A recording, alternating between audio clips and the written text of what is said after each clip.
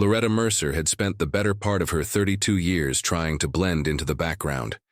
With her mousy brown hair usually pulled back in a simple bun, minimal makeup, and clothes that seemed deliberately chosen to avoid attention, she had mastered the art of invisibility. It wasn't that Loretta disliked people, quite the contrary. She worked as a librarian in the small town of Millfield, where she enjoyed quiet interactions and helping patrons find their perfect book. But the thought of standing in front of a crowd made her stomach twist into knots. Her modest apartment above the local florist shop reflected her personality. Tidy, understated, and practical. The only hint of extravagance was her collection of vinyl records that lined an entire wall. Music had always been her escape, her secret passion. When alone, Loretta would sing along to her favorite artists, her voice filling the small space, with a richness that would have surprised anyone who knew her. Only her grandmother, Vivian, had ever truly heard her sing. "You have a gift, my darling," Vivian had told her countless times. A voice that could move mountains. But after Vivian passed away last autumn, Loretta's songs became even more private, a way to feel connected to the only person who had truly believed in her.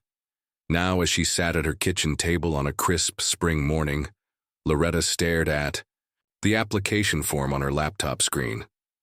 The regional talent show Starlight Showcase was holding auditions in Millfield next weekend, a rare opportunity in their small community.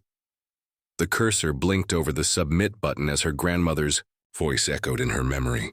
"Promise me you'll share your gift someday, Loretta. Promise me you won't hide forever." Her colleague at the library, Desiree, had been badgering her about the auditions for weeks. "What have you got to lose?" she'd asked, her vibrant personality a stark contrast to Loretta's reserved nature. The worst they can say is no, but Loretta knew it wasn't the rejection she feared most. It was the attention, the eyes watching her, judging her. She had spent a lifetime avoiding precisely that. Her phone buzzed with a text from Desiree. "Did you submit yet?" "Last day for applications." Loretta sighed, her finger hovering over the mouse. The application was already filled out. She had done that much in a moment of courage 3 days ago. All it needed was her confirmation. The memory of her grandmother's funeral surfaced. How Loretta had wanted to sing her favorite hymn as a final goodbye, but couldn't summon the courage. The regret still stung. "Not this time," she whispered, and clicked submit before she could change her mind. The confirmation email arrived almost immediately, assigning her audition number 437 and a time slot for Saturday afternoon. Reading it made the reality of what she'd done crash over her. Her hands trembled as she closed her laptop. For the rest of the week, Loretta practiced in secret.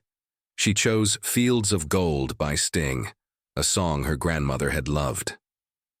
Each evening after work, she would close her curtains, dim the lights, and sing to an imaginary audience, trying to build her confidence note by note.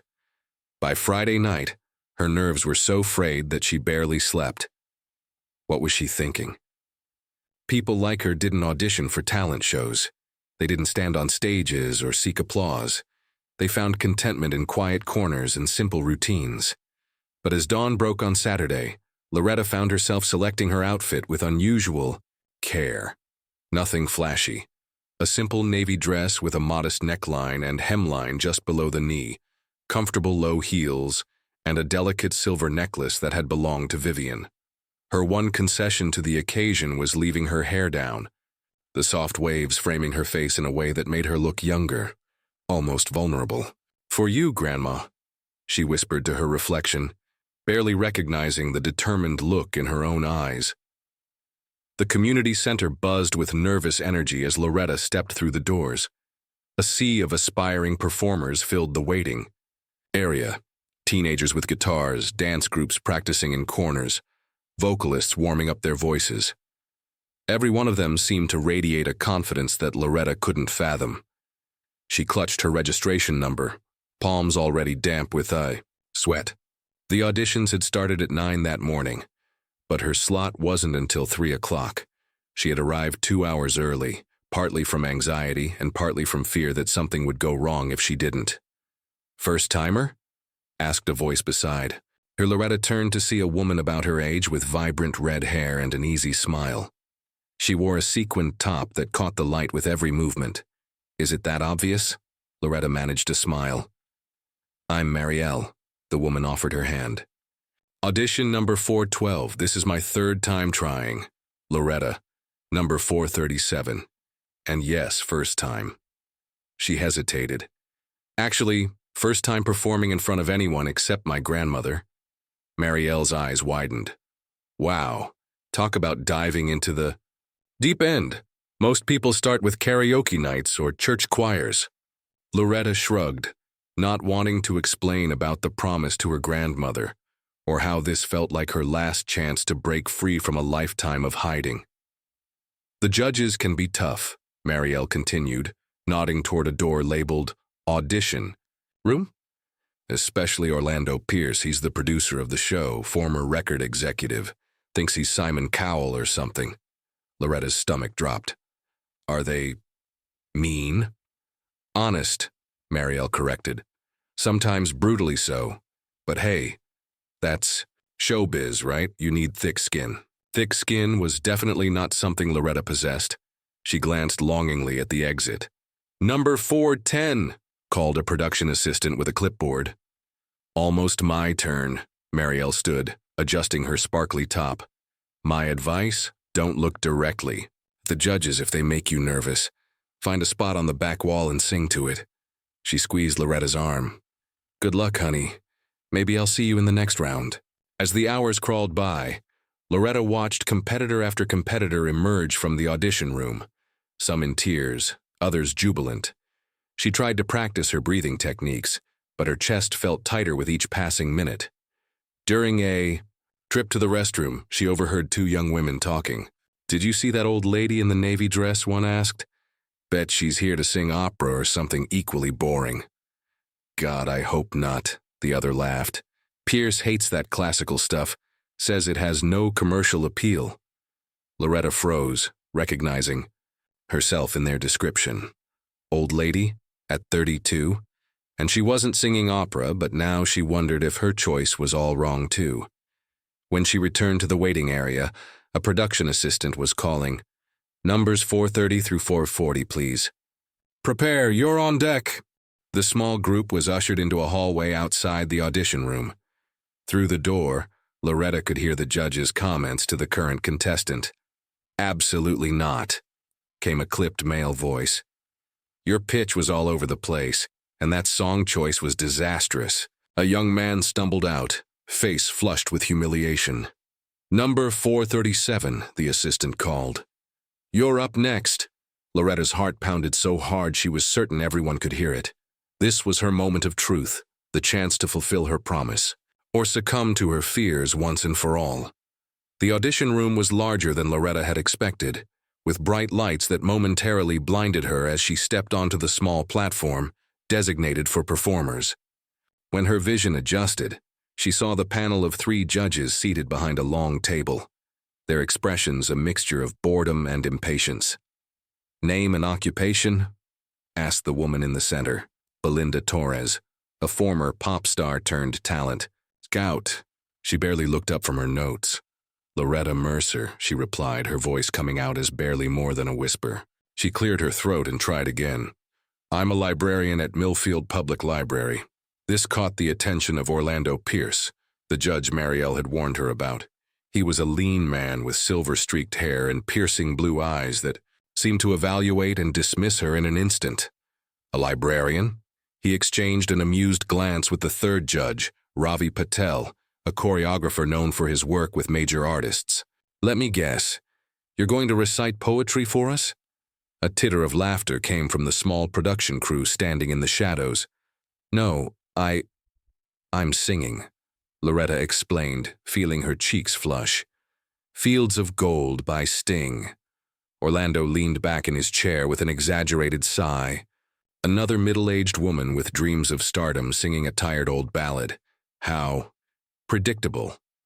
Belinda at least had the decency to look slightly embarrassed by her colleague's rudeness. What made you decide to audition today, Loretta? The question caught her off guard. She hadn't prepared for this part, only for the singing itself. "I promised my grandmother before she passed away," she admitted, then immediately regretted sharing something so personal. "Well, isn't that sweet?" Orlando said, his voice dripping with sarcasm. "Family promises are touching, but they don't guarantee talent." Ravi stifled a laugh. The wardrobe department would have a field day with this one if she made it through. "Maybe we could lose the librarian look." Loretta stood frozen, their words cutting through her like knives. Every insecurity she'd ever harbored was being confirmed by these strangers who held her dream in their manicured hands. She glanced toward the exit, the urge to flee nearly overwhelming. "Look," Orlando said with exaggerated patience. "We see hundreds of hopefuls, and most of them have been training or performing for years. What makes you think you can compete at this level?" "I don't," Loretta began, her voice faltering. "I'm not here to compete, exactly. I just want to share something I love." "This is a talent competition, not therapy," Orlando replied. "But, fine, let's get this over with. Music, please." The opening notes of Fields of Gold began to play through the speakers. Loretta closed her eyes, trying to center herself despite the humiliation burning in her chest. The first line approached, and she took a deep breath. But what emerged surprised even her. Instead of the timid voice she expected, something more powerful came forth, fueled perhaps by indignation or by the need to prove these sneering judges wrong. Her grandmother had always said her voice had a rare quality, something that couldn't be taught. For the first time, Loretta allowed herself to believe it might be true. As the first verse flowed from her lips, she opened her eyes to see Orlando's smirk frozen on his face. Belinda had stopped writing and was staring, pen suspended in midair. Even Ravi's expression had shifted from amusement to something resembling shock. The rich, honey-warm tone of Loretta's voice filled every corner of the room, her perfect pitch and control evident in each sustained note. But it wasn't just technical precision. There was something in her delivery that conveyed the emotion of the song, the bittersweet memory of love that transcended time. Every word was infused with the love she had for her grandmother. Every note carried the weight of her promise. As she approached the chorus, Loretta felt something unfamiliar rising within her. Confidence. For the first time in her life, she wasn't afraid to be heard. For the first time, she understood what her grandmother had meant about her gift. The final note of Loretta's song hung in the air, resonating through the now completely silent room. Not a whisper, not a shuffle. Not even the click of a pen disturbed the moment. For several seconds, it was as if time itself had paused to pay respect to what had just occurred. Orlando Pierce was the first to recover, his expression a complex mixture of disbelief and professional reassessment. He straightened in his chair, the sarcastic smirk completely gone from his face. Beside him, Belinda Torres was dabbing discreetly at the corner of her eye with a tissue, while Ravi Patel simply stared, mouth slightly agape. Loretta stood still, on the platform, hands clasped tightly in front of her, awaiting their verdict. The silence stretched so long that she began to worry she had somehow hallucinated the entire performance. "Where?" Orlando finally spoke, his voice unusually subdued. "Have you been hiding that voice?" Before she could answer, Belinda cut in. "That was extraordinary, Loretta. Truly extraordinary. I've been in this industry for 20 years, and I rarely hear that kind of natural talent. The control, the emotional depth," Ravi added, shaking his head in wonder. "And you've had no formal training, no performance experience?" Loretta shook her head. "Just singing at home. My grandmother was the only one who ever encouraged me." Orlando leaned forward, all traces of his earlier condescension gone. "Your grandmother was right. You have something special, a gift that can't be taught."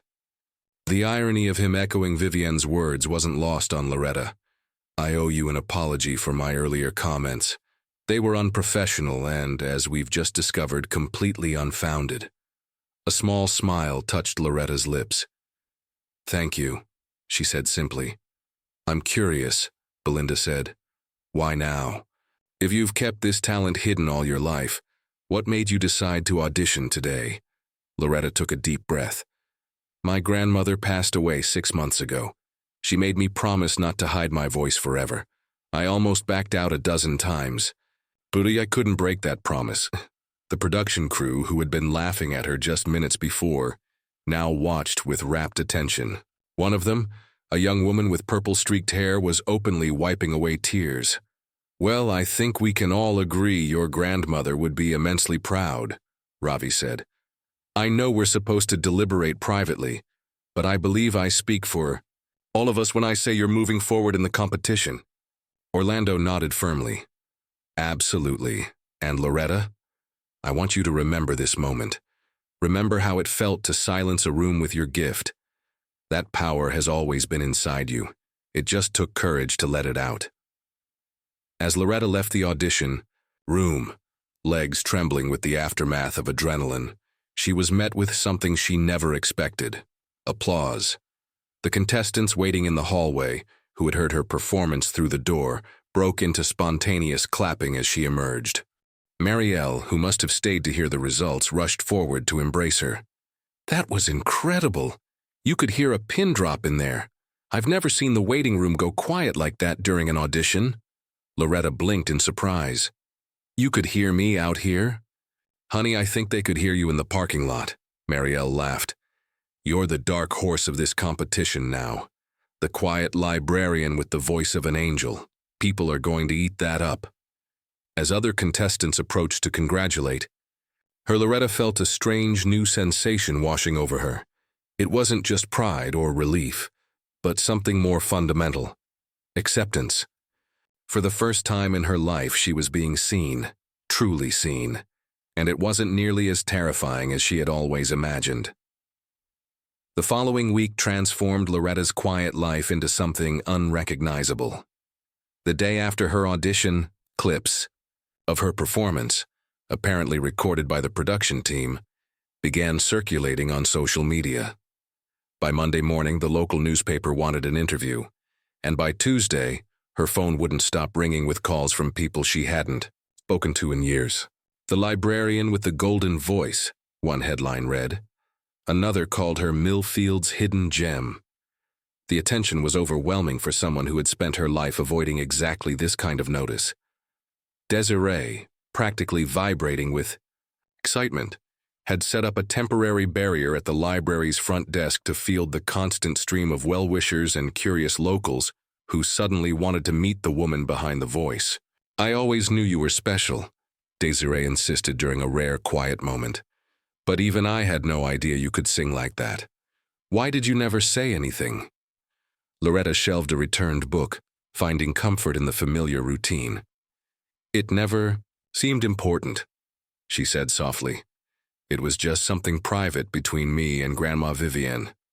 "Well, it's not private anymore," Desiree pointed out.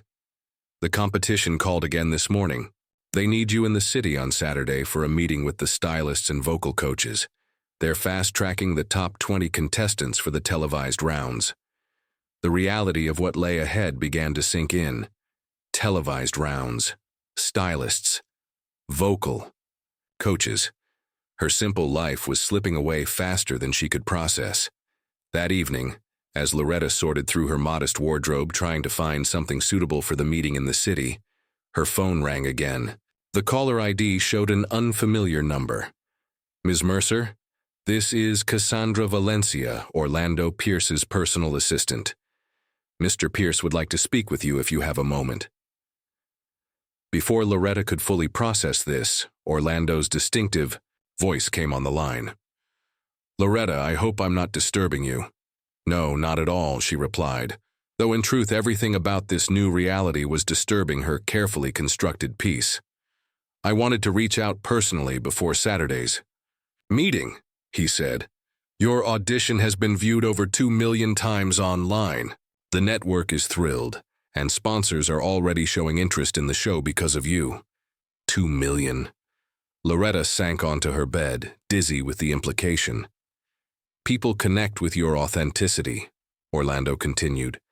"But that's actually why I'm calling.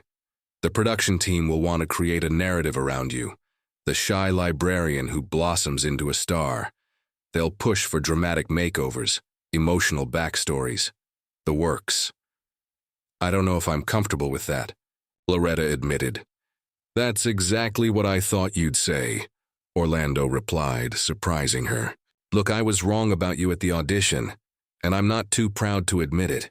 Your talent is extraordinary precisely because it's unaffected. I've been in this business long enough to recognize when someone has that rare combination of technical skill and emotional authenticity. He paused.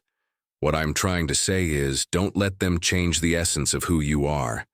They'll want to glam you up, give you more contemporary songs, maybe even suggest a stage name. But what moved that room to silence wasn't glitz or trendiness. It was the purity of your voice and the genuine emotion behind it. Loretta felt tears welling in her eyes, touched by this unexpected alliance. Thank you, she whispered. I've been feeling so overwhelmed. Everything's happening so fast.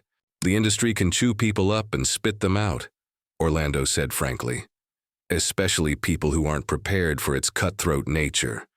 But you have something special, and I'd hate to see it diluted by too many cooks in the kitchen, so to speak. After they hung up, Loretta stood before her mirror studying her reflection. The woman who looked back at her was still recognizably herself.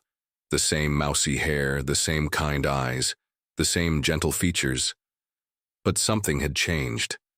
There was a new steadiness in her gaze, a quiet determination that hadn't been there before. No more hiding, she told her reflection. She would embrace this journey, but she would do it on her own terms.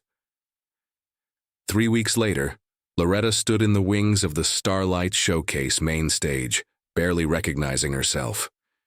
The production styling team had worked with her rather than against her, honoring her request for elegant simplicity rather than flashy transformation. Her hair was still her own chestnut brown, styled in loose waves that framed her face. Her dress, a midnight blue gown with subtle silver accents, managed to be both modest and striking at once. 5 minutes, Ms. Mercer, a production assistant informed her. Nearby, other contestants were going through elaborate warm-up routines or pacing nervously. Marielle, who had also made it to the televised rounds, was jumping up and down in a EO. Bright green sequin dress. How are you so calm? She asked Loretta. I'm about to throw up from nerves, and I've done this before. Loretta smiled. I'm terrified, she admitted, but also at peace. I know that sounds strange. In truth, something had shifted within her since that first audition. The fear hadn't disappeared, but it had transformed into something more like respectful awareness. She knew the stakes were high. This episode would be broadcast nationally with millions of viewers. But she had made a decision to focus only on honoring her grandmother's memory and the gift she had been given. You're going to be amazing. Marielle squeezed her hand, just like in the auditions. When Loretta's name was called, she walked onto the stage with measured steps, the bright lights washing over her. The audience, a sea of faces she could barely make out, applauded enthusiastically. Her reputation had preceded her. Many had seen the viral video of her audition. The host, a charismatic woman named Valencia Knight, greeted her warmly. Loretta. Mercer, the country has been captivated by your story and your incredible voice. How are you feeling tonight? Loretta glanced toward the judges' table, where Orlando gave her an almost imperceptible nod of encouragement. Grateful, she answered, truthfully into the microphone. A few months ago, I couldn't have imagined standing here. My grandmother always believed in me, even when I didn't believe in myself. This performance is for her. Valencia smiled. I understand you've chosen another classic song tonight? Yes, Loretta confirmed. Adele's Make You Feel My Love. It was my grandmother's favorite. As the opening piano notes filled the vast auditorium, Loretta closed her eyes for just a moment, centering herself in the music. When she began to sing, everything else faded away. The cameras, the judges, the audience. There was only the song, the emotion and the memory of Vivian's encouraging smile. Her voice, somehow even more powerful than during her audition, carried to every corner of the theater. The audience, initially responsive with appreciative murmurs, gradually fell into a reverent hush. By the song's bridge, many were openly weeping. One of the camera operators later said it was the only time in his 15-year career that he'd seen the entire crew stop what they were doing to simply listen. As the final note faded, there was that familiar moment of silence, that breathless pause that had followed her first audition. Then the audience erupted, rising to their feet in a thunderous standing ovation that seemed to go on forever. Valencia, visibly moved, waited for the applause to subside before turning to the judges. "Orlando, let's start with you." Orlando Pierce, known for his critical assessments, seemed to choose his words with unusual care. "What we just witnessed transcends the normal parameters of this competition," he said. "Loretta, you don't perform songs, you live inside them, and invite us to join you there. It's a rare gift." Belinda dabbed at her eyes. "I have nothing to add except thank you. Thank you for reminding all of us why music matters." Ravi completed the unanimous praise.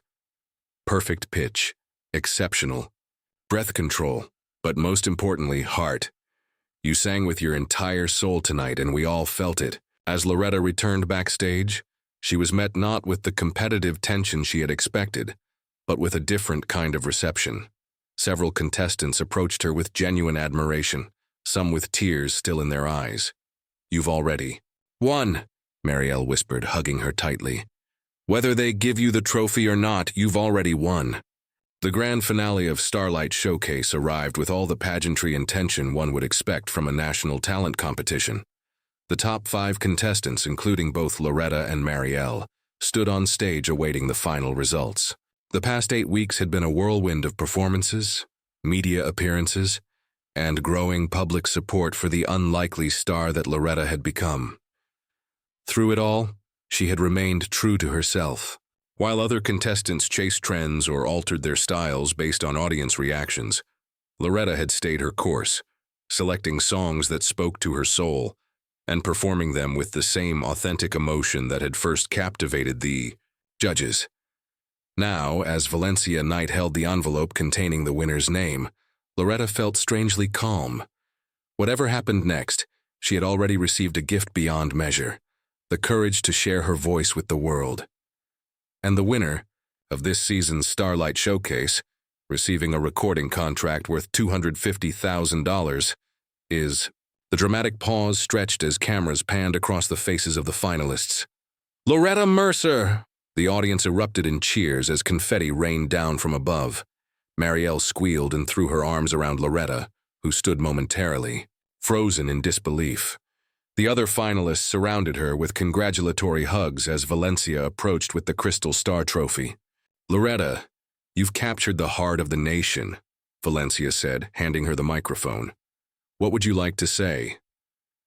Looking out at the sea of faces, some familiar now after weeks of competition, others unknown but supportive nonetheless, Loretta took a deep breath. "When I first auditioned, I was fulfilling a promise to my grandmother, who always believed in me even when I couldn't believe in myself," she began, her voice steady despite the emotion welling within her. "I never expected any of this. I was just a librarian who sang in private, too afraid to share what I loved." She glanced toward the judges' table where Orlando, Belinda, and Ravi watched with evident pride. "Thank you for hearing me when I finally found the courage to speak. Or sing, rather," she continued with a soft laugh. "To everyone watching who has a dream they've been too afraid to pursue, it's never too late to step into the light. The world needs your gift, whatever it may be." The celebration continued late into the night, with industry executives eager to discuss Loretta's future and fellow contestants sharing their plans. Orlando Pierce approached her during a quiet moment. "I've been in this business 30 years, he said, "and I've never been happier to be proven wrong about someone. Your journey has reminded me why I got into music in the first place." "What happens now?" Loretta asked. "That's entirely up to you," he replied. "You'll have offers, tours, albums, television. But my advice remains the same. Stay true to what makes you special. Don't let the industry change you." 6 months later, Loretta's debut album, Hidden Voice, was released to critical acclaim. Recorded in a historic chapel for its natural acoustics, The collection of reimagined classics and thoughtfully selected contemporary ballads showcased her extraordinary vocal range and emotional depth.